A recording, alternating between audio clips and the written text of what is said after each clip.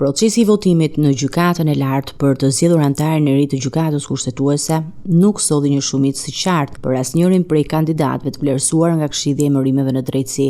3 emrat në garë ishin Asim Vokshi, anëtar I gjykatës së lartë, Naureta Llagami, ish kryetare e Këshillit të lartë gjyqësor dhe Florian Bellhysa, ish komisioner publik I procesit të vetingut. Në seancën ku morën pjesë 14 anëtar të gjykatës së lartë, votat u ndanë mes 2 kandidatëve kryesor. Llagami mori 8 vota, ndërsa Vokshi u mbështet nga 6 gjyqtar. Bellhysa nuk arriti të marrë asnjë votë. Pavarësisht kësaj ndarjeje, sipas dispozitave ligjore, për zgjedhjen e anëtarëve të kushtetutës kërkohet një shumicë e cilësuar prej 3/5 të pjesëmarrësve, që në këtë rast barazohej me 8.4 vota, një kufi pamundur për të përmbushur praktikisht. Në këtë situatë, neni ligjor përcakton se përfiton kandidati I rënditur më lart në listën hartuar nga Këshilli I Emërimeve në Drejtësi për rrjedhoi Asim Vokshi, ndonse mori më pak vota se Naureta Llagami, shpallet antari I ri I gjykatës kushtetuese, duke zëvendësuar gjyqtarin Holta Zaçaj. Me këtë emërim, gjykata kushtetuese ka aktualisht 8 anëtar nga 9 që parashikon ligji. Ende mbetet e paplotësuar vaganca e krijuar pas dorëheqjes së Elsa Toskës, e cila I takon të zgjidhet nga Kuvendi I Shqipërisë. Kështu, institucionit I mbetet ende një hap për të qenë funksional në përbërje të plotë, ndërsa procesi I emërimeve vijon të mbetet një ndër sfidat kryesore për sistemin e drejtësisë.